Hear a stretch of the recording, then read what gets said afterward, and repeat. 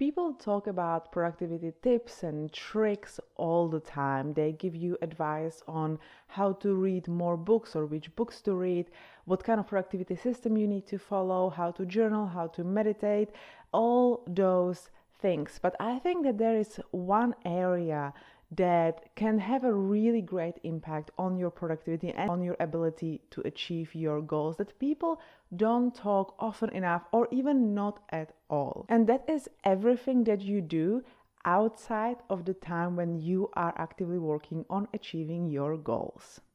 Let me give you an example. Let's look at running.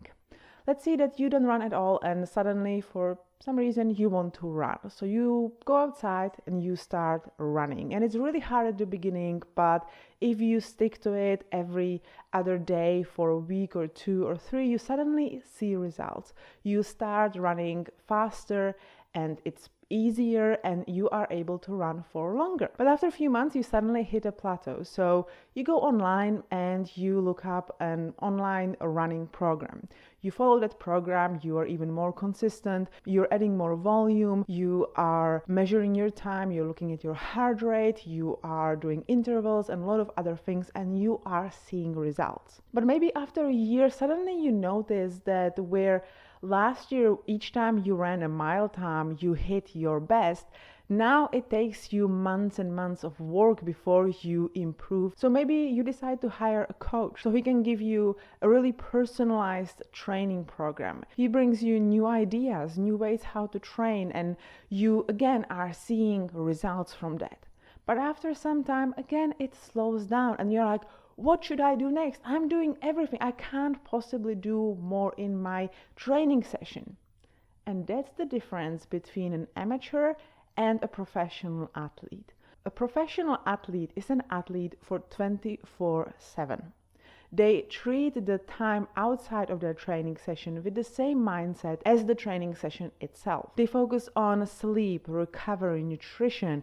They try to eliminate every stress in their life so that they are the best possible version of themselves, so that when they go and train, they can get the maximum out of it. So what I'm trying to say is that there is a certain parallel between being a professional athlete and trying to achieve your goals and being the best in a certain area. Because if you want to be exceptional, if you want to achieve something, it's not enough to just work hard. It's not enough to set goals and plan and have a to-do list and productivity system and be consistent. That's given. You have to do that. There is no way around it. If you are working towards something, you already know that things like this require a lot of hard, consistent work. You need to work really, really hard for months, years, even decades to achieve something. But if you are giving 100% during those hours when you're trying to achieve something, but the rest of the hours you are kind of mediocre, you are really negatively impacting your ability to achieve your goals. So if you are not getting enough of sleep, if you need to drink several cups of coffee just to get going in the morning, if you are overweight, if you have some health issues, if your mental state is not top notch, then you are leaving things behind. You need to focus on these other areas of your life as much as you're focusing on achieving your goals. Luckily, there is something that you can do. What I would suggest is that you list all the main areas of your life outside of your work, studies, or whatever your goals are. Look at physical health, mental health, relationships, financial well-being, your home life, and stress overall. And then write down what each of those areas would look like if you would be in a world-class level. How does it look like to you if you're talking about a world-class mental health, world-class financial situation, world-class relationships? Write it down in as much detail as you can and try to be very descriptive. So when you're talking about physical health, you might be looking at body fat, you might be looking at your immune system. How often do you get sick? when you are getting sick, how long does it take you to recover from it? What does your blood test results say? Do you have any deficiencies there? And then try to put there some points of performance. Look at maybe some strength stuff, some endurance stuff, speed, some gymnastics. How many push-ups would you be able to do if you were in a world-class level of physical health? How quick would be your 1 mile time? How good would be your swimming? And etc., etc. It's very subjective and it's going to look very different to each one of you.